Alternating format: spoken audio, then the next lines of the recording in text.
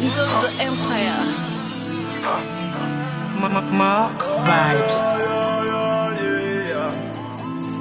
Manza da shata man ina the BS. Bahungu bakobwa nje kuniko mbonye ngo twubake iwacu murenge ni heza. Murenge ni heza. Tuve mu maryogo tutahe iwacu ndakumbuye bati. Isombe na karaje inshushu agakondera keza kumifunde yaraye sinzaye bandaze. Isombe na karaje inshushu agakondera keza kumifunde yaraye sinzaye bandanze. Imprezi z'imisengo amashashi y'ibitanga inyange zirera busekera byalisa jikamdor laila vapa katirikano varika jimarimani kishura makani kurarenze bisogo barakuzi intwari ni nyinshi tugomba gutaha nyaruka bona ruberwa ababyeyi b'intwari imana irabazi muhagaze gitore mitabari hehe kabingo minembwe mibunda kamombo kunono mu rurambo behura ni heza nimuze dutaha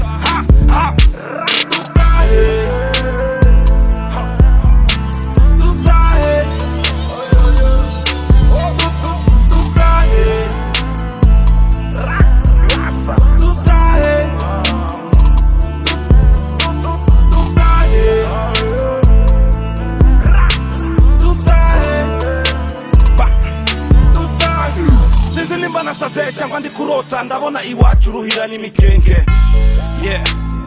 yambari yamba amajenzi ari ntayo ngo abana ku majoto ngo abandi mu byufwa abasaza b'iwacu bakunda gutarama bakabira n'inyambo ku mumero utari mwinshi izacu nizishoka ngunsange ku mwaro ngucire umwage ngusige ibumba ngutere imitoma dutahe umukutano kandi nimwumve noweri nimwumve umukunga nimwumve ipendo Number one hustle ndi nka Bobo Marire ndakubwira ibyo shaka ndetse nakumarire ubyumva ubikunde cyangwa se unarire rap man sekerada shata man ina the BS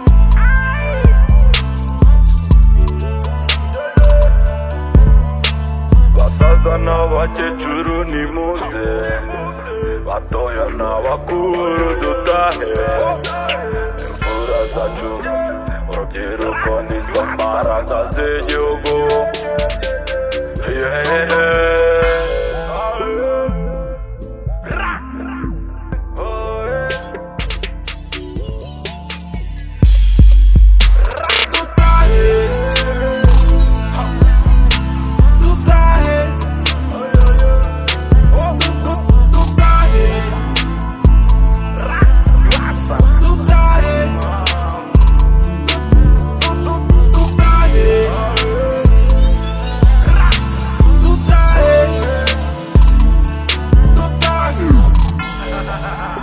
Generale Nyamushebuka yambu cyane guys nshobora kuba ntandukiriye topic hariko no retreat no surrender